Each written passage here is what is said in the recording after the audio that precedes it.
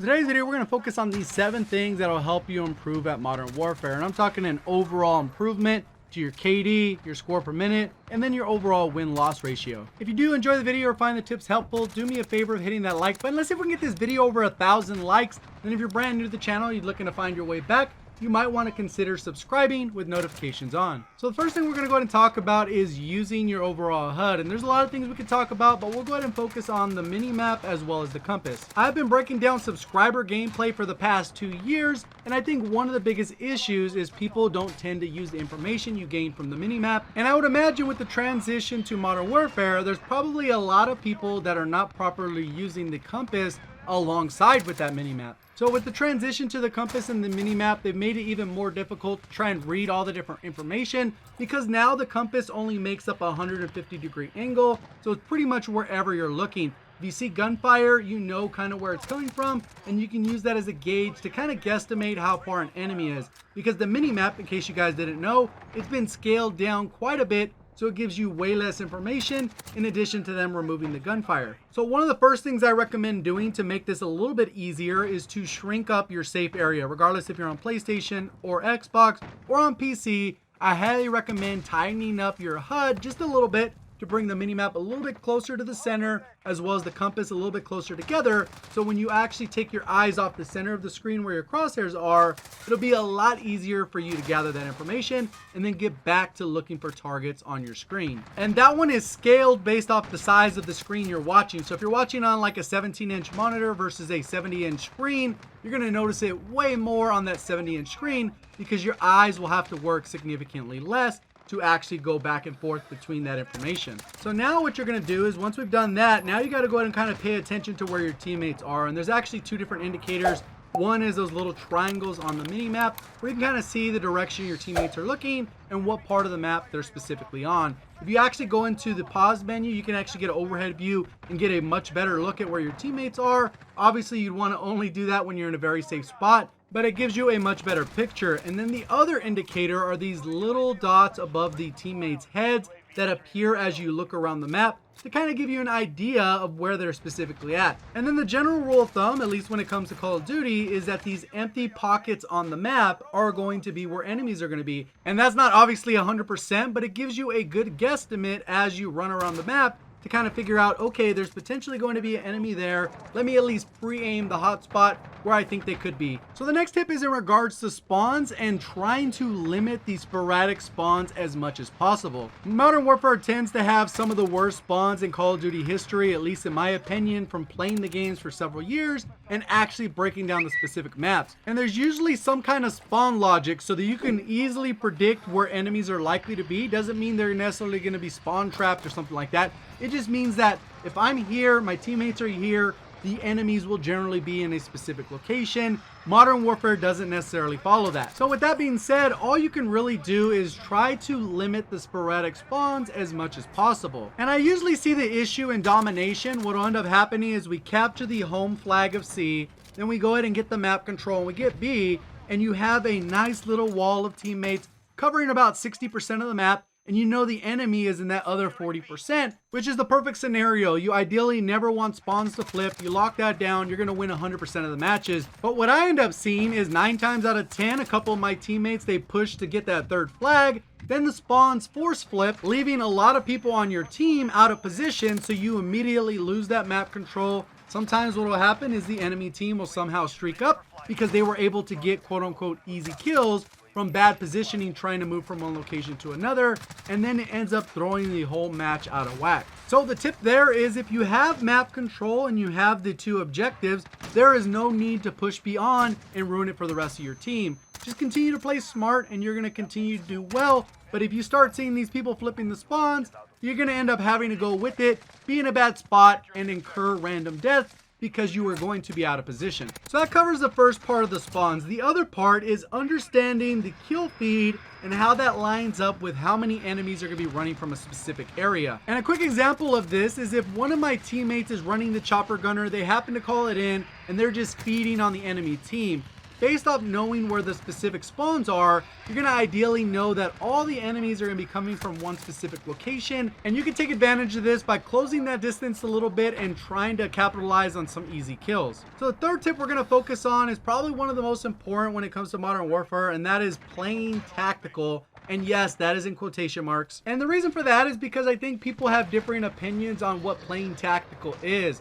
Personally, if I need to reload and come back to full health, I'm probably going to go in the corner real quick to play it safe until I can actually do that. Some people consider that camping. Some people will think that you're not camping unless you're sitting behind your claymore. There's a lot of variables that go on here. Obviously, you're going to have your personal preferences on what you think playing tactical means, but I'm going to go ahead and give my personal opinion. And regardless of how you believe the game should be played, at the end of the day, the developers have designed the game a specific way to be played a certain way. And if you get a little too far outside that concept, you can expect to have a lot of deaths, a low score per minute, and probably lose a ton of matches. So there's pretty much two things that I think are the most important when it comes to playing tactical, and that is having patience and choosing the right time to make your move. So patience could be something as simple as coming back to full health or making sure you have a full magazine before you re-engage a gunfight. Another part of patience is you knowing where the enemy's at, the enemy's knowing where you're at, and you guys playing the patience game to see who's going to move first. And unfortunately, whoever tends to move first is the one who tends to lose the gunfight because the other person's going to be pre-aiming. That doesn't necessarily make them a better player or you a better player. That's just the facts. That's how you play this game. If you're playing patiently, you know someone's going to be coming around the corner. You just pre-aim that corner until the guy walks through. And if you get a little bit impatient and you decide to go around the corner, guess what? That guy is probably pre-aiming you and melts you before you even have a chance to draw your weapon. The other part of playing tactical within Modern Warfare is to move around the map deliberately. There's a lot of scenarios in previous Call of Duties where you can kind of run around, kind of guesstimate where people are going to be, because there's usually 1, 2, or even 3 locations where somebody is likely to be hiding, pre-aiming you, and you can usually react and snap onto the target. In Modern Warfare, there's at least 17 different angles that you could be hit from, so you got to be a lot more deliberate with how you're moving. And the part that's kind of a little bit backwards in my opinion is that they've actually included a double sprint, but you really only want to use that when you're 100% certain that it's actually going to be safe to use it. More often than not, people are sprinting around the map, and if you get caught sprinting in this game, you're going to have like a 400, 500 millisecond aim down sight time. By the time that happens, you've already been killed twice with the vast majority of the weapons in the game, so don't sprint unless it's absolutely necessary. The last part in terms of playing tactical is don't get lazy. This is definitely not a casual first-person shooter. Pretty much, even though there is a low skill gap, if you play casually and just kind of go through the motions, you're probably going to die a lot because you're not actually being disciplined and checking all those different areas where you're going to be shot from. So whoever is actually being disciplined is just going to get a ton of easy kills off of you. So the fourth tip I have for you is get intel when possible and use it to your advantage. So more often in Modern Warfare than pretty much any previous COD, you're peeking around corners very often, keeping in mind that when you peek, almost your entire body is completely visible. So it's just something to be aware of. When you do peek, you want to make those peeks very quick, kind of peek out and then go back into cover. So if you end up spotting someone and maybe they're unaware, go ahead and take advantage of that easy kill. But if you see someone is pre-aiming you, you can kind of figure out whether or not they're pre-aiming you with a rifle or a sniper rifle. Then you got to make your best judgment to kind of move to maybe a different window, re-challenge if you're confident in that gunfight, or completely back off and try and get to a different location. Especially when it comes to the snipers, if they're pre-aiming your window, all they're waiting for you is to show a little bit of a sliver, and with the aim assist snipers have, they're almost guaranteed to win that particular scenario. And that brings us to the fifth tip, which is understanding positioning in gunfights. And in most Call of Duty titles, this isn't a huge issue. There's typically the head glitch that people are going to be camping at. There's a spot on the map where you just generally know people are always going to be. But within this game, there's just too many locations. So you got to play a little bit smarter and you got to position yourself so you can actually win these gunfights. Because 9 times out of 10, you're not going to be head-to-head in a 50-50 gunfight. It just doesn't happen. You don't come around the corner, enemies right around the corner, you guys stare at each other, then have a gunfight. That's just not how it goes in this game.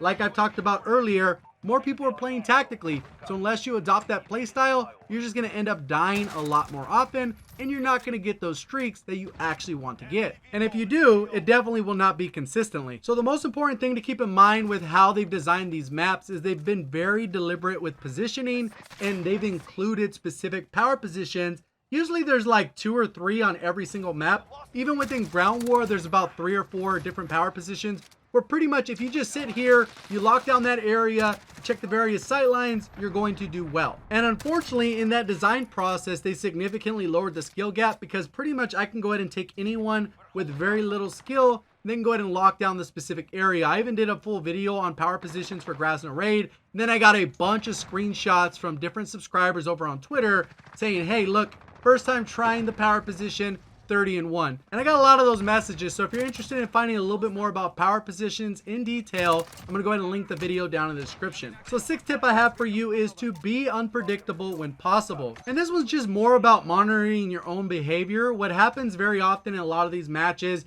is you might get killed by someone, and then you're going to try and go for that revenge kill, and you continue to go after them over and over, but they're in that power position, so it's very difficult to actually get in a gunfight where you actually have a statistical chance. So there's 3 different routes you can go. One is you could just continue to ego that player and taking a lot of those deaths and feeding them a kill streak. I don't recommend that one. The next one you could do is go ahead and try and take a different approach. Maybe go ahead and wait till there's a teammate next to you. Guys can push it at the same time to kind of maybe catch them off guard and push them into a mistake. And the third thing is you can just avoid that area completely. Even if they're in a power position, you could still avoid the sight lines and maybe wait for the right time to make your move instead of just continually going back to that area. If they're locking down that area, maybe they have a teammate, maybe they don't. There's still a lot of other enemies navigating around the map that you can get kills off, hopefully lead to a streak. And then with the right timing, you could actually take out that player in that power position, take over that power position, and then go on a streak of your own. So the 7th tip I have for you is to limit your play when you're actually frustrated with the game. I see a lot of people commenting the game sucks, or they tweet out